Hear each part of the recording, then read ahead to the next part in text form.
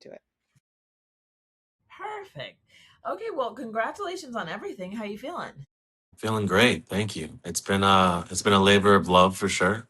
So there's been like very, very high moments in this situation and some lows, but been a learning experience and I'm grateful for it all, to be honest. Yeah, absolutely. I mean, incredible work. What would you say have been some of the highs and some of the lows for you? Um, I say the lows is just like right before it actually happened. There was a moment there where, you know, I hadn't given up on clothing necessarily, but I was looking to find other creative outlets. Yeah, And the clothing industry is a fickle business. Do you know what I mean? Like it's not for the weak of heart. yeah, It takes a lot of connections, it takes a lot of love, and it takes a lot of support. And if you don't really have that, uh, yeah, it's just like a true uphill battle. And I was willing to fight it, and I was, fighting the good fight, but creatively, it wasn't really feeding me at the moment. So I had pivoted to creating a scent. I was really interested in figuring out how to create fragrance and build one for the brand. And then, right as I was finishing the scent, I found the pattern maker I've been working with, and then everything just kind of took off with the collection. yeah. That's incredible. Well, I mean, congrats. It is a long journey, and I feel like a lot of people don't necessarily talk about that kind of a thing and how you do kind of have those moments where you're like, okay, maybe something else might be of interest to me. Yeah, I don't think creativity or success is something that happens on a straight line. I Yeah, think a lot of people go into something thinking like this is going to be my everything, my forever, and then during that journey, they find something else that maybe interests them even more. And for me, creativity was something that I've always wanted to have fun with. It's something that means a lot to me. So maintaining that childlike sense of curiosity matters a lot to me. So I was sensing at the very end, like right when I started creating the collection, that I'd maybe lost that with clothing, that I was putting too much pressure on myself to figure it out. And so I wanted to give myself a little bit of grace and just, take my time and really building something with intention. And then that focus ended up being the collection. yeah. And so you almost kind of re fell in love with it. That's amazing. Yeah, that's a great way of putting it, actually. Yeah. No, so let's talk about it, I guess. So the title Artists and Immigrants really powerful. What did that kind of mean to you personally when you were creating this collection? Personally, my mother's an immigrant. She immigrated from Mexico when she was a teenager. Yeah. And so having that in my family, having Spanish be my first language, growing up in that culture and understanding how hardworking everyone was, and to see everyone now I can look back on it and kind of theorize and see like, oh, this is what's happening because back in the day, my whole family was very strict. They were get it done, get a job, work that job till you die type attitude. Yeah. That has shifted completely. Where now they're so much fun and they want to party and they want to just enjoy life. And I think it's like that survival mode of being an immigrant has kind of faded. Like the kids are good, we can now relax. And so seeing that journey for them has been beautiful to watch. And so that just kind of solidified the importance of me making immigration one of the underlying things within this collection. Because as an immigrant, your resources are limited. You have to make decisions that maybe seem, easy to make, but if you choose the wrong type of clothing and that piece of clothing wears out on you, you can't afford another piece of clothing at the time. So you have to choose fabrics and clothes that will last you for whatever you're doing. And the artistry aspect of the collection, that just comes from me believing that immigrants and artists are the lifeblood of society, specifically in America. They're the ones that actually tell the stories. We can't necessarily believe media. We can't unfortunately necessarily believe our politicians, but we can believe our artists because they're coming from a place of honesty, and that means the world to me as well. So providing clothes to those who are giving voices to the voiceless, helping them feel more comfortable in their creativity by feeling good, looking good, then I'm doing my part. You know what I mean? Yeah, absolutely. And I mean, you're so successful. Do you think coming from that background and like kind of growing up in that survival mode made you kind of really, really hone in on something early on? Yeah, I think I don't know. I can only come from my experience, but for me, coming from where I came from, when my family didn't have anything, and there was my grandma was watching me and my cousins because my mom and my aunts and uncles had to all go to work, and so it was like eight of us all grew up together basically, and seeing that struggle, I think it's important to start a journey off in that regard where you had nothing and you had to build this. And Manish is the same. Like I came into this not knowing anything design wise. I didn't go to school for this, but I had a vision and I really stuck to that vision. And as I waded further into the industry, I always just made sure I was a sponge and was just soaking up any information I can get, any free game I can get. I was listening, and building, compounding on that, and then really building it into Manish. And that has been a journey in itself. And my personal journey kind of reflects the same, where we didn't have anything and we had to build this brick by brick to now where I'm so proud of my family, where I believe that we're the true American dream, where we immigrated, we played by the rules, we got everything done, and now we're three generations deep into this country, and a lot of my cousins have served, my uncles have served in the military, so I'm very proud to call the collection artists and immigrants just based off of where I come from. Yeah. How did your family feel when you initially went into kind of fashion? Was there any pushback? Did they not understand? I know sometimes there's a lot of conversations. Yeah, I mean, there was one conversation that stood out to me in the beginning. I think I told one of my aunts I was going to be an artist, like that was my goal, and you know, she very patiently had this talk with me Yeah. about, it's like, that is nice. And I really like that for you. But I would prefer that maybe you would go to school and, get a nursing, like go into nursing because she's in the medical field. Yeah. And I remember that talk and walking away from that being like, I know that she cares about me, but that's not what I'm going to do. Yeah. That's just not, I'm going to hear her out because she deserves that, and she has my utmost respect. But I just knew I was built for something different.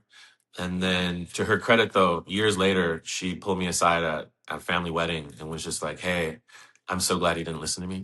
I'm so glad that you Yeah. followed your heart and just went after this with the tenacity that you did, because I'm so proud of you for that." And so having her say that to me really meant a lot.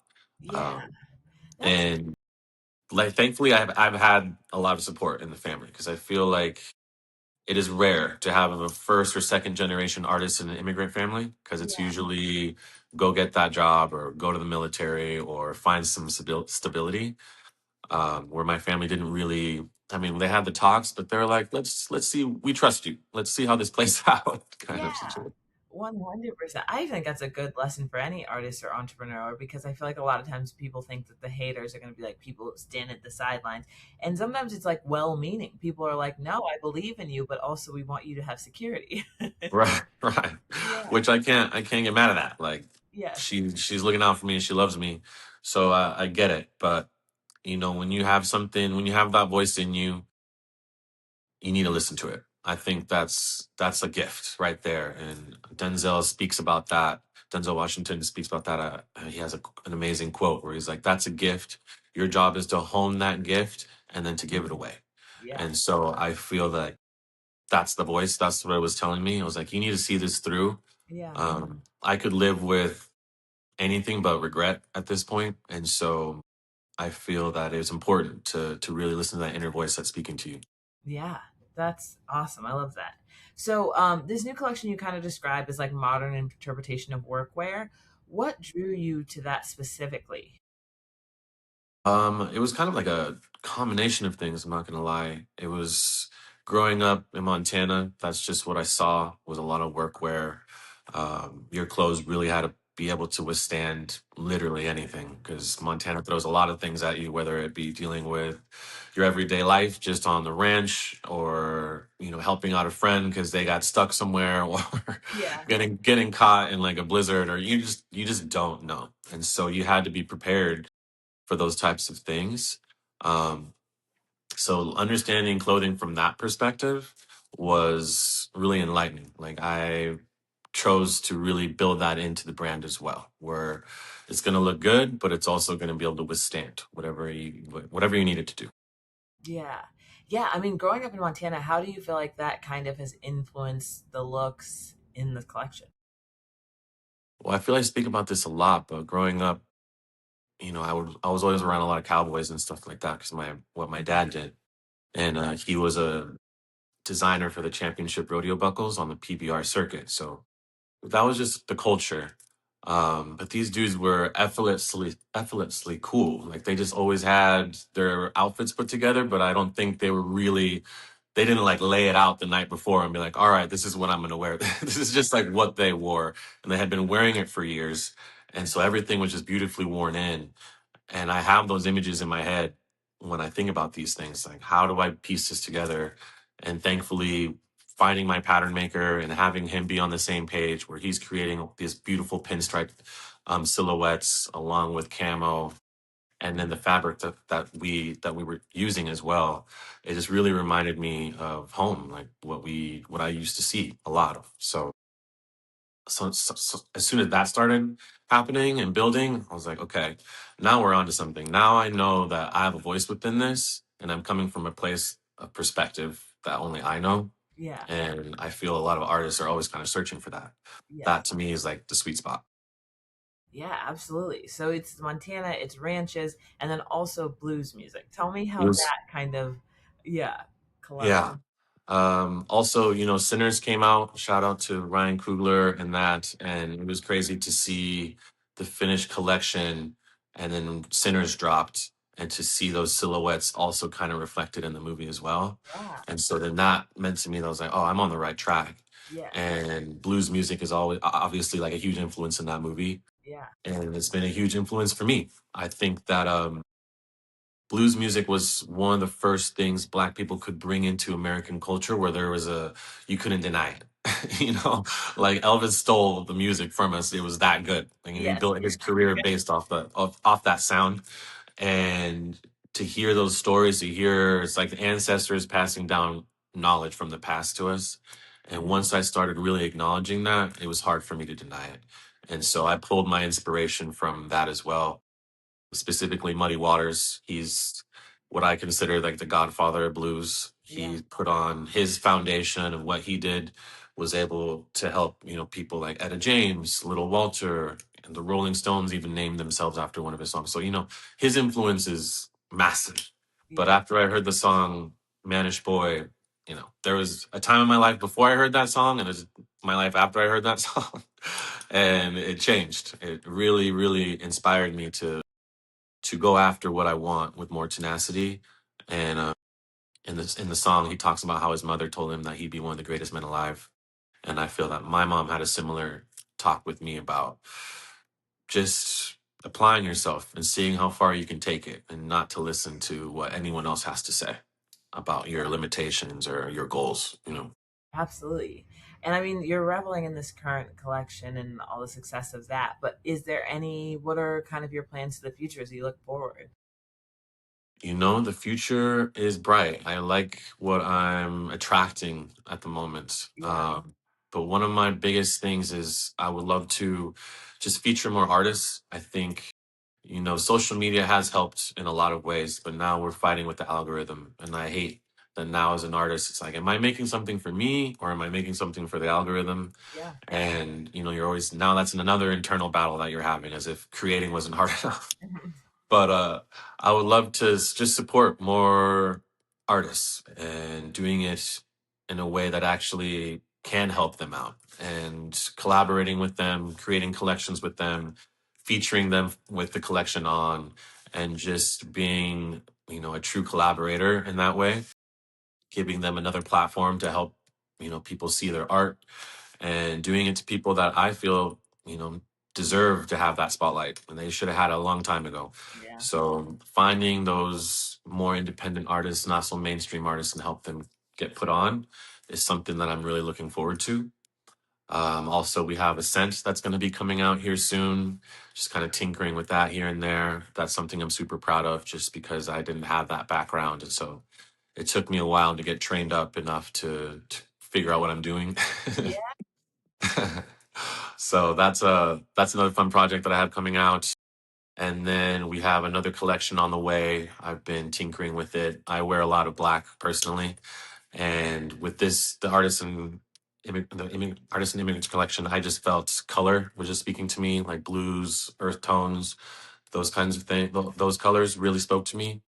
But now I'd like to get back to what I like to wear personally. So just building a collection that's, blazers, a little bit more structured and more, elegant, I would say. Yeah, that's amazing. Well, this has been great. Is there anything else you would like to add? No, I just feeling extremely grateful to have the opportunity to speak on this. If I would have told my 15-year-old self that this was something I'd be doing, I don't know if I'd believe you, but I'd be really happy to hear it. And I know it's not necessarily like a cliche, but it's something that people have been saying that you should be creating for that inner child of yours. And so I feel that this has been a journey to kind of heal my inner child, and for people to embrace it and to love it as much as I do is just it's just a blessing, truly. Yeah, that's amazing. Well, congratulations on all your success, and thanks so much for speaking with me. Thank you. Have a good day. You too.